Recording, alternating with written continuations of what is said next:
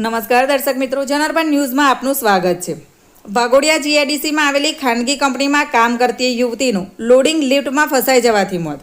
વાઘોડિયા જીઆઈડીસીમાં આવેલી યુનિટ 188/4માં આવેલ એલ્યુ કાસ્ટ કંપનીમાં સવારે કંપનીમાં કામ કરતી ભગવતીબેન જીતેન્દ્રભાઈ ઉર્ફે કાળીદાસ મૈજીભાઈ પરમાર, ઉંમર વર્ષ 18, રહે મુવાડા, નિસારવાડું ફળિયું, તાલુકો વાઘોડિયા, જિલ્લો વડોદરા, સવારે એલ્યુકાસ્ટ ઇન્ડસ્ટ્રીઝ નામની કંપનીમાં માલ સામાન પહોંચાડવામાં આવતી લિફ્ટમાં કંપનીમાં ફરજ બજાવતી ભગવતીબેન જીતેન્દ્રભાઈ પરમાર નામની વર્કર અજાણથી માલ સામાનનો ઉપયોગમાં લેવાતી લિફ્ટમાં બેસવા જતાં અચાનક ફસાઈ જતા યુવતીને શરીરના ભાગે ગંભીર ઇજાઓ પહોંચી હતી।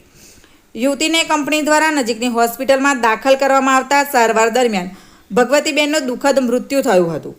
સમગ્ર મામલે વાઘોડિયા પોલીસને જાણ થતાં પોલીસ ઘટનાસ્થળે પહોંચી તપાસ હાથ ધરી હતી। તેમજ પરિવારને ઘટના અંગે જાણ કરતા પરિવાર હોસ્પિટલ ખાતે દોડી આવ્યું હતું। તેમજ કંપનીના માલિક પણ હોસ્પિટલમાં હાજર રહ્યા હતા।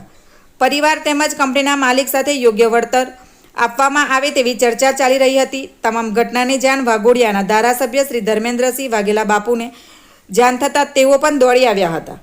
પરિવારના સભ્યોએ ધારાસભ્ય ધર્મેન્દ્રસિંહ વાઘેલા અને કંપનીના સ્ટાફ સાથે વાતચીત કરી મૃતક યુવતીના પરિવારની આર્થિક મદદ મળે તે રીતે ₹10 લાખનું વળતર રૂપે ચેક આપવામાં આવતા પરિવારે કંપનીના માલિક સહિત MLAનો આભાર માની સંતોષ વ્યક્ત કર્યો હતો।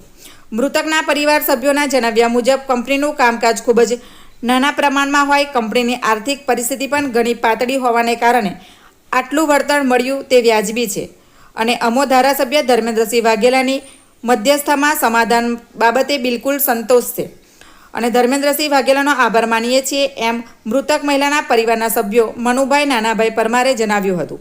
Bureau report Pankaj Vasava, Waghodia. આવા જ નવા સમાચાર જોવા માટે જોડાઈને રહો જનાર્બન ન્યૂઝ સાથે। અમારી ચેનલને લાઇક કરો, શેર કરો, સબસ્ક્રાઇબ કરો। ધન્યવાદ।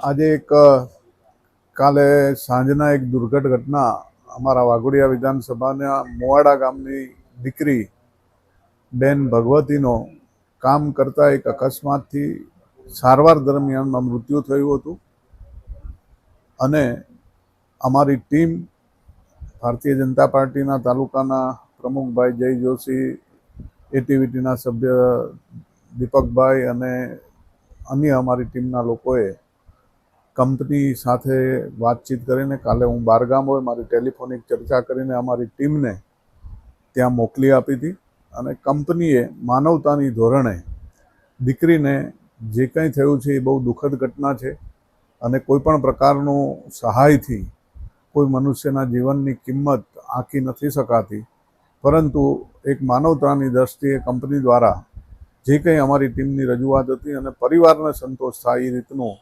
આજે સહાય ચૂકવવામાં આવી છે અને હું માતાજીને અને ભગવાનને પ્રાર્થના કરું છું કે અમારી આ દીકરીને મોક્ષ મળે, એની આત્માને શાંતિ મળે અને એના પરિવારને દુઃખ સહન કરવાની ભગવાન શક્તિ આપે।